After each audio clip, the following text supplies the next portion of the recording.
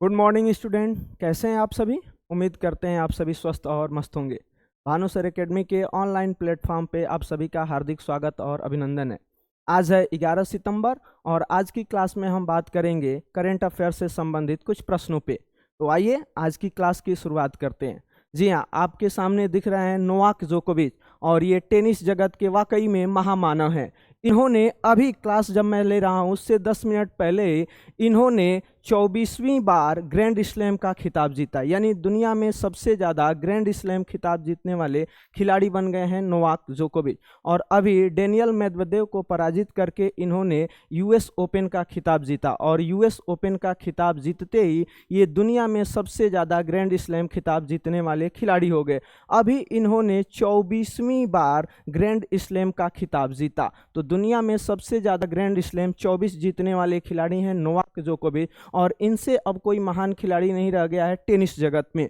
तो आइए आज की क्लास में यूएस ओपन और उनसे संबंधित तथ्य तथा वर्ष 2023 में जितने भी ग्रैंड स्लैम हुए हैं उन सभी के बारे में एक एक करके बात करते हैं, क्योंकि आने वाले प्रतियोगी एग्जाम में ग्रैंड स्लैम और टेनिस से बहुत सारे प्रश्न पूछे जाते हैं। तो आज की क्लास में हम इसी मुद्दे पे बात करेंगे और एक एक करके इन सभी तथ्यों पे विचार करेंगे। बात करें हम ग्रैंड स्लैम की, तो आप जैसे क्रिकेट में हम कहते हैं विश्व कप होता है, वैसे ही टेनिस जगत में समझिए ग्रैंड स्लैम होता है। और एक वर्ष में 4 ग्रैंड स्लैम होते हैं और ये 4 ग्रैंड स्लैम क्रम से होते हैं, यानी वर्ष में प्रारंभ में, फिर उसके बाद, फिर उसके बाद, फिर उसके बाद, इनका चारों का क्रम निर्धारित रहता है और ये लॉन टेनिस में सबसे बड़े टूर्नामेंट के रूप में जाने जाते हैं। तो वर्ष में सबसे पहले आयोजित होता है ऑस्ट्रेलियन ओपन। मुख्यतः वर्ष के प्रारंभ में जनवरी में आयोजित होता है ऑस्ट्रेलियन ओपन, जबकि मई और जून के महीने में आयोजित होता है फ्रेंच ओपन, जबकि जून और जुलाई के महीने में आयोजित होता है विंबलडन ओपन, जबकि कह लिए सितंबर के महीने में और कह लिए अक्टूबर के महीने में आयोजित होता है कौन, तो यूएस ओपन। तो आइए इनके बारे में एक एक करके हम बात करते हैं और इनसे संबंधित जितने भी पॉइंट हैं उनको एक एक करके जानने का प्रयास करते हैं। तो अगर बात करें इन ग्रैंड स्लैमों में, तो सबसे पुराना अगर ग्रैंड स्लैम आपसे एग्जाम में कभी पूछे कि सबसे पुराना ग्रैंड स्लैम कौन है, तो सबसे पुराना ग्रैंड स्लैम है विंबलडन ओपन। विंबलडन ओपन जो मुख्यतः लंदन में खेला जाता है और मुख्यतः यह ग्रास कोर्ट पे खेला जाता है। तो कहीं कहीं ग्रास कोर्ट पे खेला जाने वाला कह लीजिए ग्रैंड स्लैम कौन सा है, तो वो विंबलडन है। और ये सबसे पुराना ग्रैंड स्लैम है जिसकी शुरुआत हुई थी 1877 में। 1877 में पहली बार खेला गया था विंबलडन ओपन। जबकि दूसरा सबसे पुराना है यूएस ओपन। यूएस ओपन पहली बार खेला गया था 1881 में। तो कहे कि दूसरा सबसे पुराना ग्रैंड स्लैम कौन है, तो वो है यूएस ओपन जो खेला गया था 1881 में। जबकि तीसरा सबसे पुराना है फ्रेंच ओपन जो पहली बार खेला गया था 1891 में। जबकि सबसे नया ग्रैंड स्लैम है ऑस्ट्रेलियन ओपन जो पहली बार खेला गया था 1905 में। तो हम अगर बात करें क्रम की बात करें तो सबसे पुराना ग्रैंड स्लैम यदि आपसे पूछे तो विंबलडन ओपन जो पहली बार खेला गया 1877 में। दूसरा सबसे पुराना ग्रैंड स्लैम है यूएस ओपन जो पहली बार खेला गया था 1881 में।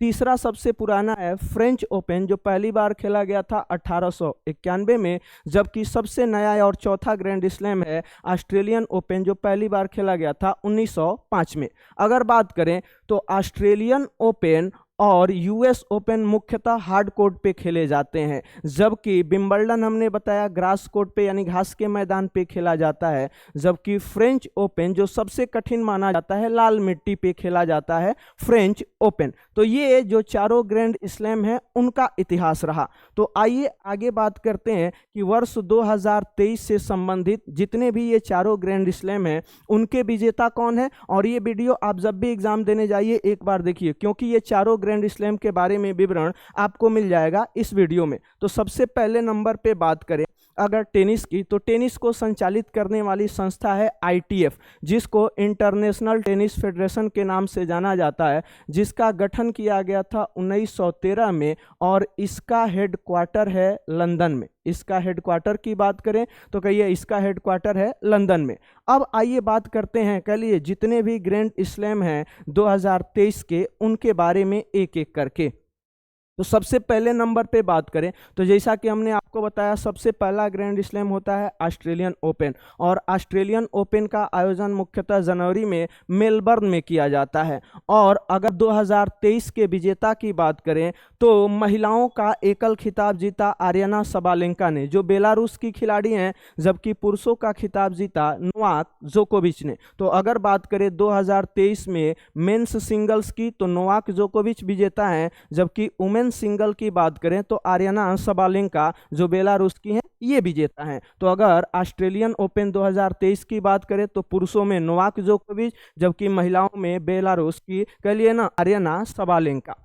अब बात करें दूसरे नंबर पे तो वर्ष का दूसरा ग्रैंड स्लैम होता है फ्रेंच ओपन। और फ्रेंच ओपन की बात करें तो जैसा कि हमने कहा, ये मई और जून के महीने में खेला जाता है, ये पेरिस में खेला जाता है, और इसका पुरुषों का खिताब जीता है नोवाक जोकोविच। वहीं नोवाक जोकोविच जिन्होंने अभी यूएस ओपन का खिताब जीता है, तो जब इन्होंने फ्रेंच ओपन इस साल जीता था तो ये इनके जीवन का 23वां ग्रैंड स्लैम था, जबकि महिलाओं का खिताब पोलैंड की ईगा स्विटेक ने जीता। तो पूछे कि फ्रेंच ओपन 2023 में महिलाओं का खिताब किसने जीता, तो ईगा स्विटेक ने जीता, जबकि पुरुषों का खिताब जीता नोवाक जोकोविच ने। अब ये जितने भी आप पॉइंट देख रहे हैं इनको आप हमारे Telegram channel Bhanu sir academy को सर्च करके ज्वाइन कर लीजिए, वहाँ पे आपको मिल जाएंगे। यानी भानु सर एकेडमी के टेलीग्राम चैनल पे ये पीडीएफ भी आपको मिल जाएगी, और उससे रिलेटेड जितने भी पॉइंट हैं वो सभी आपको प्राप्त हो जाए। तो कहेगा कि 2023 में किसने खिताब जीता फ्रेंच ओपन में पुरुष सिंगल्स का, तो नोवाक जोकोविच, जबकि महिलाओं का खिताब जीता ईगा स्विटेक ने, जो पोलैंड की रहने वाली महिला खिलाड़ी हैं।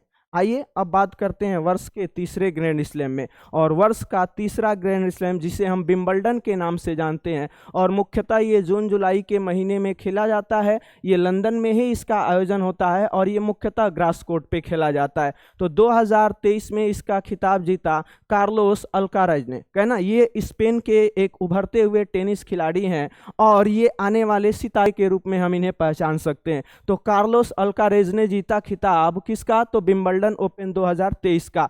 जबकि महिलाओं का खिताब जीता मार्केटा वोंद्रोसोवा ने, जो चेक गणराज्य की हैं, और ये इनका पहला ग्रैंड स्लैम था। तो महिला सिंगल्स की बात करें तो याद देखिए मार्केटा के लिए वोंद्रोसोवा, जबकि पुरुषों का खिताब जीता कार्लोस अल्काराज ने, जो स्पेन के उभरते हुए टेनिस खिलाड़ी हैं। अब आइए बात करते हैं अगले बिंदु पे, और अगला हमारा बिंदु है यूएस ओपन। जी हाँ, यूएस ओपन जो अभी जस्ट खत्म हुआ है। तो यूएस ओपन 2023 की अगर बात करें तो पुरुषों का खिताब जीता है नोवाक जोकोविच ने। नोवाक जोकोविच विजेता है पुरुषों के, और ये नोवाक जोकोविच के जीवन का 24वां ग्रैंड स्लैम है। जबकि महिलाओं का खिताब अमेरिका की उभरती हुई टेनिस खिलाड़ी कोको गॉफ ने जीता। जी हाँ, ये है कोको गॉफ, और ये मात्र 19 वर्षीय खिलाड़ी हैं, और इन्होंने यूएस ओपन को जीत करके इतिहास रच दिया है। तो यूएस ओपन जीतने वाली मात्र 19 वर्षीय खिलाड़ी हैं कोको गॉफ, और ये इनके जीवन का पहला ग्रैंड स्लैम है। तो ये रहे वर्ष 2023 के चारों ग्रैंड स्लैम। तो चारों ग्रैंड स्लैम में सबसे इंपॉर्टेंट होता है आपके लिए पुरुष सिंगल्स और महिला सिंगल्स। तो इनमें कौन कौन विजेता रहे, कब कब ये ग्रैंड स्लैम आयोजित किए जाते हैं, कहाँ पे आयोजित किए जाते हैं, और इनकी विशेषता क्या है, इन सभी मुद्दों पे हमने बात की। अब आइए आज के बाद क्लास में हम दूसरे बिंदु पे बात करते हैं। तो दूसरा जो हमारा आज का टॉपिक है वो है G20 से रिलेटेड। जी हाँ, अभी G20 जिसका सफलतापूर्वक भारत ने अध्यक्षता किया 9 और 10 सितंबर को। तो जब भारत ने मेज़बानी की, कह लीजिए ना, G20 शिखर सम्मेलन की, तो उसकी सबसे बड़ी सफलता रही इसमें अफ्रीकन यूनियन को शामिल करना। जी हाँ, अफ्रीकन यूनियन जो 55 देशों का एक समूह है, अब शामिल हो गया है G20 में। तो G20 जिसे हम जानते थे, अब उसका नया स्वरूप हम पढ़ सकते हैं G21। तो आइए बात करते हैं ये अफ्रीकन यूनियन है क्या, और G20 से G21 बनने की ये जो प्रक्रिया है उसके बारे में एक एक करके चर्चा करते हैं। अगर बात करें हम अफ्रीकन यूनियन की, अफ्रीकन AU के नाम से जिसे हम जानते हैं, AU या हम कहें अफ्रीकन यूनियन, ये मुख्यतः अफ्रीका महाद्वीप के 55 देशों का एक समूह है, जिसका गठन हुआ था 9 जुलाई 2002 को।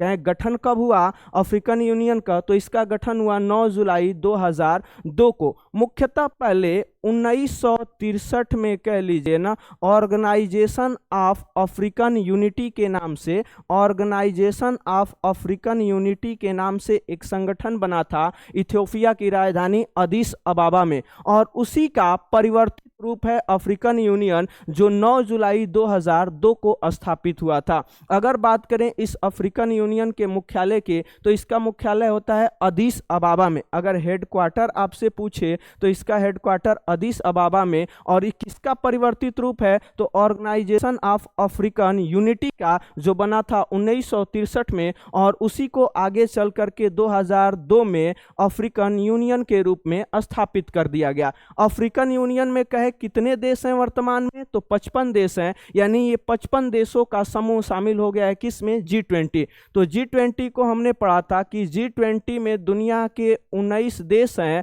और यूरोपीय यूनियन है। तो 19 देशों के बाद यूरोपीय यूनियन एक संगठन, और दूसरा महत्वपूर्ण संगठन शामिल हो गया है अफ्रीकन यूनियन। तो अफ्रीकन यूनियन मुख्यतः 55 देशों का, जबकि यूरोपीय यूनियन का ये ना 27 देशों का एक समूह है। तो एक तरह से कहें G20 का जो विस्तार करने का सपना था भारत का, कि इसमें से अधिक देशों को शामिल किया जाए, उसमें भारत को सफलता प्राप्त हुई, और अभी जो दिल्ली डिक्लेरेशन हुआ उस पे सभी देश सहमत हुए, और उसके पश्चात कहना ये अफ्रीकन जो संघ है या अफ्रीकन यूनियन है, ये G20 का नया मेंबर बन गया है। तो अब इसके शामिल होने के साथ ही जिसे अब हम G20 के नाम से जानते थे, ये G21 के नाम से अब जाना जाएगा।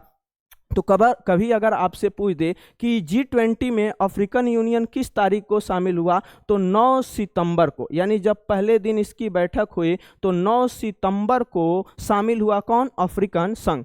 कब बना था, तो 2002 में बना था। कितने देश हैं, तो 55 देश हैं। मुख्यालय कहे कहाँ पे, तो इसका मुख्यालय है अदीस अबाबा में, इथियोपिया की राजधानी में। और ये है अजानी असुमनी। अजानी असुमनी कौन, तो कहे अजाली असुमनी है अध्यक्ष किसके, तो अफ्रीकन यूनियन के। तो कहे अफ्रीकन यूनियन के अध्यक्ष कौन, तो अजाली असुमनी। एक देश है अफ्रीका महाद्वीप में जिसका नाम है कोमोरोस। तो आप हमें कमेंट करके बताइएगा कि ये कोमोरोस की राजधानी कहाँ है। कोमोरोस की राजधानी कहाँ है, आप हमें कमेंट करके बताइए, क्योंकि जो अजाली असुमनी है ये कोमोरोस के राष्ट्रपति भी हैं, कोमोरोस के राष्ट्रपति भी हैं और अफ्रीकन यूनियन के अध्यक्ष भी हैं। तो आप हमें कमेंट करके बताइएगा कि कोमोरोस की राजधानी कहाँ होती है। अफ्रीका महाद्वीप के पूर्वी भाग में स्थित एक छोटा सा देश है, और मुख्यतः हिंद महासागर में इसकी अवस्थिति है। तो ये आज की क्लास में हमने बात की 2 बिंदुओं पे, एक तो 2023 के जितने भी ग्रैंड स्लैम हैं उन पे, और अभी अफ्रीकन यूनियन के बारे में। तो अफ्रीकन यूनियन क्या है और चारों ग्रैंड स्लैम क्या हैं और उनसे संबंधित कितने पॉइंट हैं, तो ये सभी आज की वीडियो में आपको मिल जाएंगे। आप हमारे Telegram channel Bhanu sir academy को भी ज्वाइन करिए, और कमेंट करके बताइए आपको ये क्लास कैसी लगी। तो फिर मिलते हैं अगली क्लास में। Thank you so much.